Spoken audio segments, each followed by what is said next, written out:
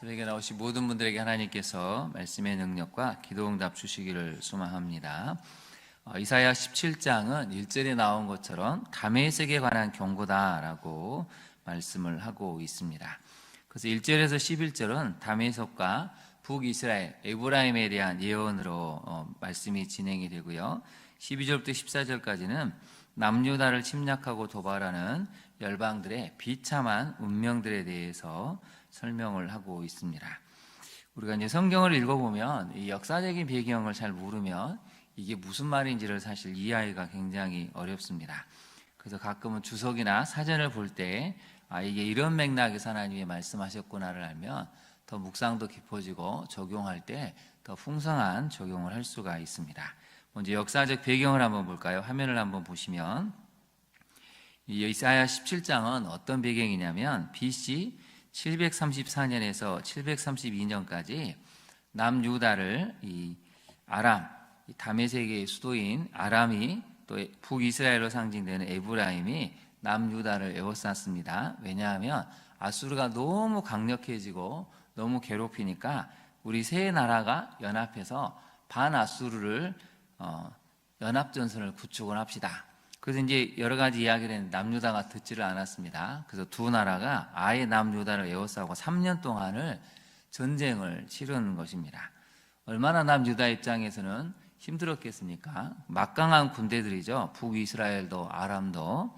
그런데 놀랍게도 17장의 말씀 우리가 살펴본 이후에 그 다음에 무슨 일이 벌어지냐면 732년에 아람은 완전히 아수르에게 멸망을 당합니다.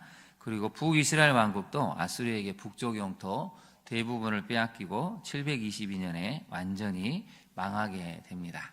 그렇게 될 거라고 이야기하는 것이 오늘 이사야 17장입니다. 우리가 역사적인 배경을 모르고 말씀을 읽으면 그런가 보다 하겠죠. 당시에 이 남유다 백성들도 이 말씀을 들었을 때 도저히 상상이 안 됐을 것입니다. 이게 가능한 이야기인가? 3년 동안 두 개 강력한 나라가 계속 에워싸고 전쟁을 치르고 있고 피폐해져가는 남유다 백성들의 입장에서는 이게 3년 후에 이렇게 될 거라는 하나님의 말씀은 사실 상상하기가 어려운 것이죠. 그래서 여러분 누누이 말씀드리지만 성경은 우리가 상상력을 발휘하면서 읽어야 됩니다. 그 당시 그 백성들의 입장에서 말씀이 선포될 때 이게 과연 이루어질까라는 그런 믿음이 우리에게도 있을 수 있는지를 돌아봐야 한다는 것이죠. 그래서 여러분 늘 우리 자신이 말씀을 읽을 때 이런 일이 실제로 우리에게도 일어나지겠구나, 이런 거룩한 상상력, 믿음의 상상력을 가지고 읽으면서 그날이 올 수 있음을 우리가 믿음으로 바라보고 또 오늘 하루도 힘차게 살아가시기를 간절히 축원합니다. 이제 본문 속으로 들어가 볼까요? 첫 번째 메시지인데요. 하나님 나라 백성은 들려지는 말씀을 통해 혼동스러운 국제성세 속에서도 오판하지 않는 분별력과 강한 심지를 가져야 합니다. 하나님은 분명히 말씀을 하십니다. 경고하시죠. 이 나라는 완전히 멸망하게 될 거라고. 3절을 한번 보실까요? 3절을 보시면 에브라임의 요새, 다메섹 나라, 아람의 남은 자가 멸절해서 이스라엘 자손의 영광같이 된다고 하죠. 그럼 이스라엘 자손의 영광은 무엇입니까? 4절에 보면 그날에 야곱의 영광이 쇠한다. 그의 살찐 몸이 파리하게 된다. 옛날에는 그렇게 화려했던 영광이 쪼그라진 영광, 그 영광을 찾아볼 수 없을 만큼 쇠해지는 영광처럼 될 거라고 말씀을 하고 계십니다. 여러분 만약에 중국이 일본이 우리나라를 에워싸고 전쟁을 벌여서 우리가 원하는 대로 하라, 그러면 여러분 우리나라는 어떻게 되겠습니까? 엄청 그걸 감당하느라 힘들겠죠. 앞이 보이지 않는 국제정세의 요동 속에서 굉장히 이 상황을 어떻게 해야 될지 말할 수 없는 고통을 겪을 것입니다. 근데 오늘 하나님은 분명히 오늘 10장 말씀을 통해서 남유다에게 명령을 하시는 것이죠. 절대 반아수르 연합전선에 동참하지 말라고. 왜냐하면 하나님께서 너희들을 지킬 것이기 때문에 그런 말에 흔들리지 말라는 것입니다. 그래서 여러분 우리는 항상 하나님 말씀을 붙들어야 요동치는 국제 정세 속에서도 우리가 어떤 길을 갈 수 있을지를 알 수 있다는 것이죠. 그래서 여러분 3절에 나오는 만군의 여호와의 말씀이니라, 6절의 마지막에 나오는 이스라엘 하나님 여호와의 말씀이니라는 우리가 밑줄을 긋고 많이 묵상해야 될 말씀입니다. 하나님이 이렇게 말씀하셨다면 역사도 이렇게 가는 것입니다. 하나님이 이렇게 말씀하셨다면 우리 개인의 역사, 가정의 역사, 교회의 역사도 이렇게 갈 수 있다는 확신을 가지고 분별력을, 강한 심지를 가져야 한다는 것이죠. 적용을 한번 해볼까요? 유불리를 따져야 하는 혼동스러운 상황에서 말씀을 듣기 위해 나아갑니까? 우리가 어떤 상황을 결정할 때는 혼동스럽죠. 유리함과 불리함을 따집니다. 무엇이 좋은 것인지 나쁜 것인지 따져보죠. 근데 혼동스럽습니다. 이게 과연 맞는 것인가? 그럴 때 기준은 말씀이 되어야 한다는 것이죠. 하나님 말씀으로 명확하게 들려지고 그 말씀을 붙들 때 하나님이 구원하신다는 것입니다. 두 번째 적용을 한번 볼까요? 복잡한 현실 속에서도 들려진 말씀을 붙들고 흔들리지 않고 나아갑니까? 남유다 입장에서는 굉장히 어렵습니다. 두 나라 말을 듣지 않으면 객관적으로 봤을 때 이 군사력도 열세고 정치적인 상황도 지금 굉장히 공경을 겪고 있습니다. 근데 하나님은 계속해서 말씀하시죠. 흔들리지 말고 나를 믿으라고. 그래서 결국 역사가 그것을 증명해 내는 것입니다. 여러분, 우리는 복잡한 현실이 있을 수 있습니다. 그러나 하나님 말씀이 들려졌다면 그것을 붙들고 흔들리지 않고 갈 수 있는 굳은 심지를, 담대한 믿음을 가져야 합니다. 이게 오늘 본문이 들려주는 첫 번째 메시지입니다. 두 번째를 한번 살펴볼까요? 두 번째 메시지인데 같이 한번 읽어볼까요? 심판 이후 뒤늦은 후회를 하지 않도록 일상에서 하나님을 기억하고 의지해야 합니다. 오늘 본문을 보면 그날에라는 단어가 3번이 나오죠. 4절에 보시면 그날에가 나옵니다. 7절에도 보시면 그날에가 나오죠. 9절에도 보시면 그날에라고 나와 있습니다. 7절에 보시면 그날에가 나오는데 하나님이 심판을 행하신 이후에 이 사람, 북이스라엘 사람들이 무슨 생각을 하냐면 자기를 지으신 이를 바라보겠으며 그의 눈이 이스라엘의 거룩하신 이를 뵙겠고 8절을 같이 한번 읽어볼까요? 자기 손으로 만든 제단을 바라보지 아니하며 자기 손가락으로 지은 아세라나 태양상을 보지 아니할 것이며 심판이 딱 이루어진 그날이야 뒤늦게 깨달았다는 것이죠. 아, 우리가 잘못했구나. 진짜 하나님은 살아계시고 역사를 주관하시는 분이셨구나. 때늦은 후회를 하고 뒤늦은 자책을 하게 된다는 것입니다. 그럼 이유는 왜 그랬을까요? 이제 10절이 잘 설명을 하고 있는데 왜 북이스라엘이 이렇게 멸망을 하게 되는지, 완전히 작은 초소처럼 황폐하게 되고 열매를 거둘 수 없는 비참한 삶이 됐는지는 10절이 잘 설명을 하고 있습니다. 한번 볼까요? 이는 왜냐하면 두 가지가 나오는데요. 너가 너의 구원의 하나님을 잊어버렸다는 것이죠. 거기다 한번 동그라미를 쳐보실까요? 잊어버린 게 첫 번째고, 두 번째는 너의 능력의 반석을 마음에 두지 아니했다는 것이죠. 거기다 한번 동그라미를 쳐보실까요? 마음에 두지 않았다는 것입니다. 너무 잘 나가니까, 하나님 없이도 잘 살 수 있으니까 하나님을 잊어버렸다는 것입니다. 내가 너무 능력이 많다고 생각하니까 원래 능력의 근원 되시는 그 능력의 반석을 마음에 두지 않고 자기 힘을 자기 마음에 두었다는 것이죠.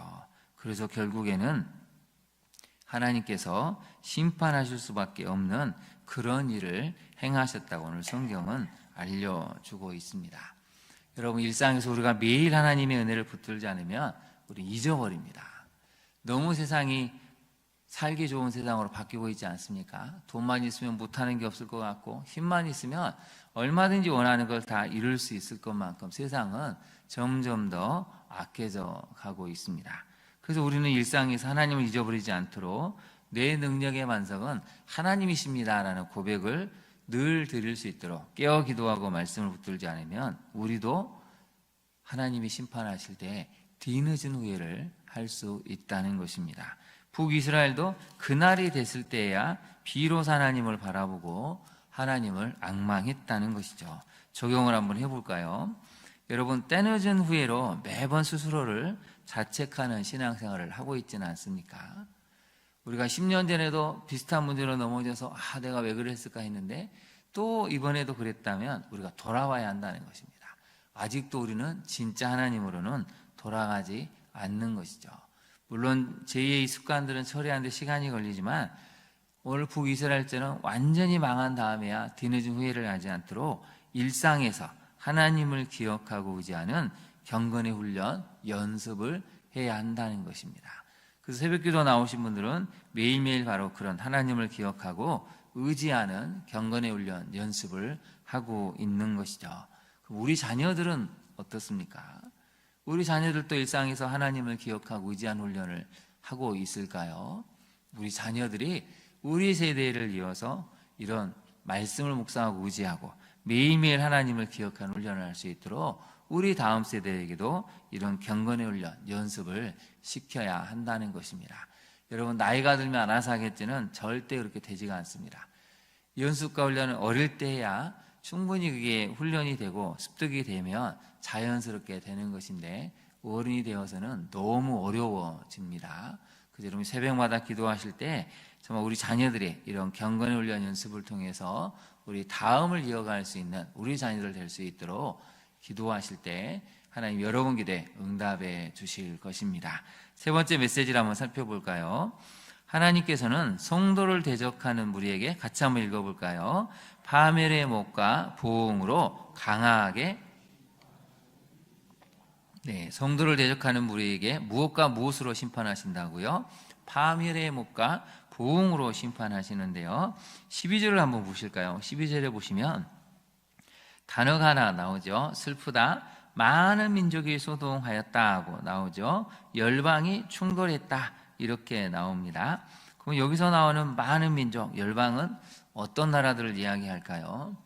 이제 단순히 아람과 이 북이스라엘뿐만 아니라 여기에 이제 세 개의 나라가 같이 동참을 합니다. 남유다를 치기 위해서 에돔도 모압도 블레셋도 하나의 민족 나라가 남유다로서는 버거운데 무려 5개 나라가 동시에 남유다를 노려보고 침공을 했다는 것이죠. 그게 바다 파도 소리 치는 것처럼 소동이 됐다는 것입니다. 큰 물, 엄청나게 큰 해일과 같은 물이 밀려와서 모든 것을 쓸어버리는 것처럼 그렇게 충돌이 일어났다는 것이죠.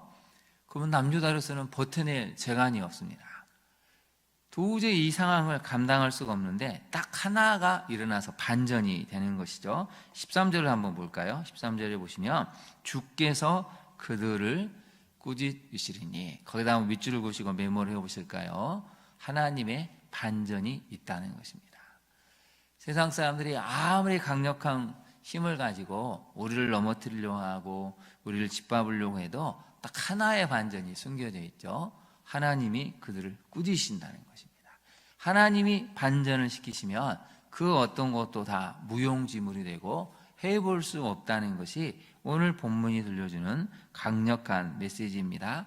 그래서 하나님이 그들을 꾸짖으십니다. 심판을 하시죠. 그랬더니 그들이 멀리 도망하는 것이 산의 세계가 바람 앞에 흩어진 같이 폭풍 앞에 떠도는 티끌처럼 완전히 다 무너지게 된다는 것입니다. 그래서 여러분 우리가 오늘 마지막 절을 읽을 때 희망을 가져야 되는데요. 같이 한번 읽어볼까요? 시작. 보라, 저녁에 두려움을 당하고 아침이 오기 전에 그들이 없어졌나니 이는 우리를 노력한 자들의 몫이요 우리를 강탈한 자들의 보응이니라. 아멘. 거기다 한번 밑줄을 보실까요? 우리를 노력한 자들의 몫이고 우리를 강탈한 자들의 보응이라는 것입니다.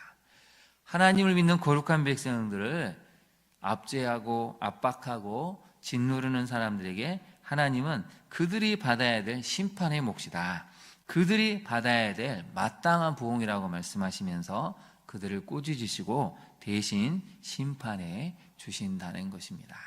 그러니 여러분 우리는 하루하루가 때로 힘들 수 있지만 하나님을 붙들고 버텨내면 하나님이 우리를 대신해서 심판의 몫을 행해 주시고 부응해 주신다고 오늘 성경은 알려주고 있습니다.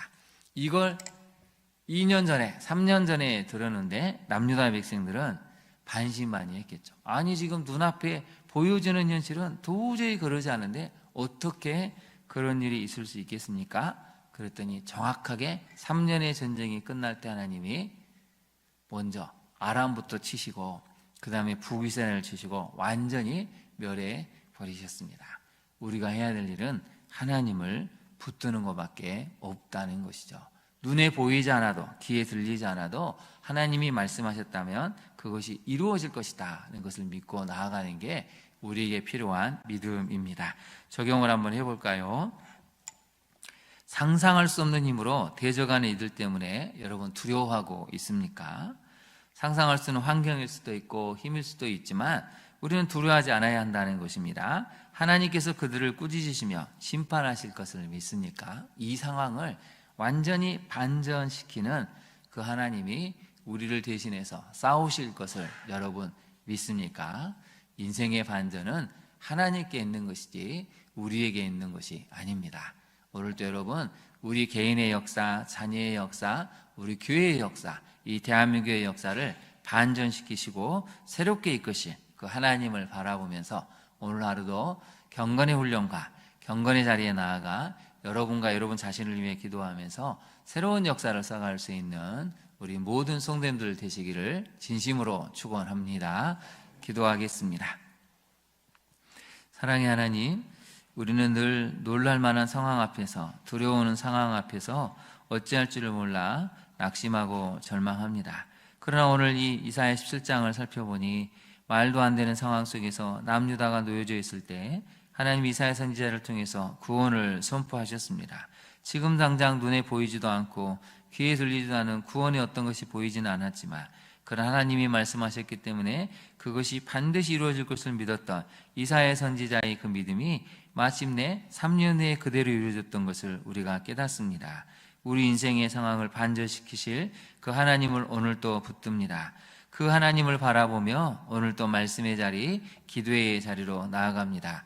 주님, 우리 자녀들의 인생을 반전시켜 주옵소서. 이 대한민국의 역사를 다시 한번 반전시키셔서 구원과 희망의 땅으로, 하나님의 공의와 정의가 흐르는 땅으로, 하나님의 구속사역의 역사가 흐르는 땅으로 다시 한번 새롭게 하여 주옵소서.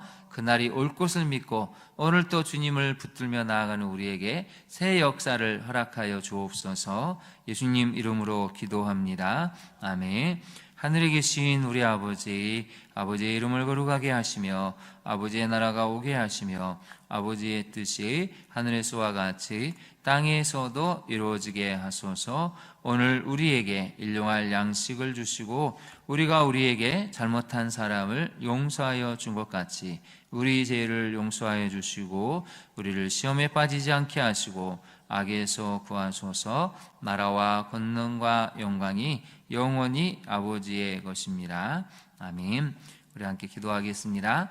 하나님, 우리가 뒤늦은 후회를 하지 않도록 일상에서 늘 하나님을 기억하고 의지하는 삶을 살게 해달라고, 끊지 못한 제약이 있다면 끊을 수 있는 담대함과 성령 하나님의 능력을 달라고, 또 하나님 우리를 대적하는 이들에게 파멸의 몫으로 보응으로 강하게 심판하시는 분이시기에 우리가 어떤 상황과 또 누구를 만나더라도 두려워하지 않고 절망하지 않는 믿음을 달라고, 또 흔들리는 여러 가지 요동치는 상황이 있지만 그 속에서도 들려지는 말씀을 붙들고 강한 심지를 가지고 분별력을 가지고 말씀에 순종할 우리가 될 수 있도록, 특별히 여러분의 자녀의 인생이, 이 대한민국의 인생이 하나님이 말씀하심으로 반전되는 은혜의 역사가 일어날 수 있게 해달라고, 우리 시간 주님의 이름을 3번 부른 다음에 기도하도록 하겠습니다. 주여, 주여, 주여.